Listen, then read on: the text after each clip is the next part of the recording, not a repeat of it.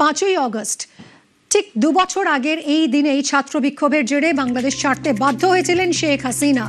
সাময়িক আশ্রয় নেন ভারতে, আর তারপর আজ প্রথমবার সাংবাদিক সম্মেলন করলেন। প্রকাশ্যে আসেননি, ভার্চুয়ালি করেছেন, আর সেখান থেকেই ঘোষণা করলেন যে ডিসেম্বরেই দেশে ফিরতে চান তিনি। আজ দিল্লিতে শেখ হাসিনার ভার্চুয়াল সাংবাদিক বৈঠক, এবং সেখানে তিনি জানিয়ে দিয়েছেন যে ডিসেম্বরে তিনি দেশে ফিরবেন।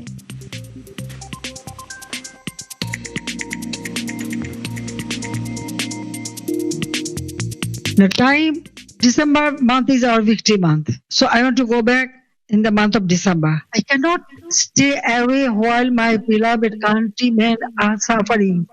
I may be detained, I may be sent to prison, but fear cannot decide my duty to the people. I want to return because the people deserve security, development, prosperity and peace, and the democracy that gives them rights. My return and the return of the family to the democratic process is not about power.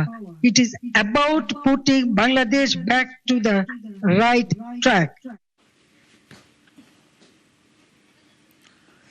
দেশে ফেরার বার্তা দিয়েছেন শেখ হাসিনা। তাকে সমর্থন জানিয়েছেন তসলিমা নাসরিন। ফেসবুকে তাঁর বার্তা, আজ দিল্লিতে শেখ হাসিনার ভাষণ শুনলাম। 2 বছর দেশ থেকে দূরে থেকেও তাঁর কণ্ঠে ভাঙন ছিল না, ছিল দেশে ফেরার দৃঢ় সংকল্প। 32 বছর ধরে নির্বাসিত একজন মানুষ হিসেবে নিজের দেশে ফেরার এই আকুলতা আমি বুঝি। তাঁর দৃঢ়তা আমাকে স্পর্শ করেছে।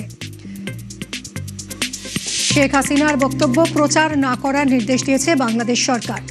এই নির্দেশ অগণতান্ত্রিক। ক্ষমতায় যেই থাকুক, বিরোধী কণ্ঠ নিষিদ্ধ করা গণতন্ত্র নয়।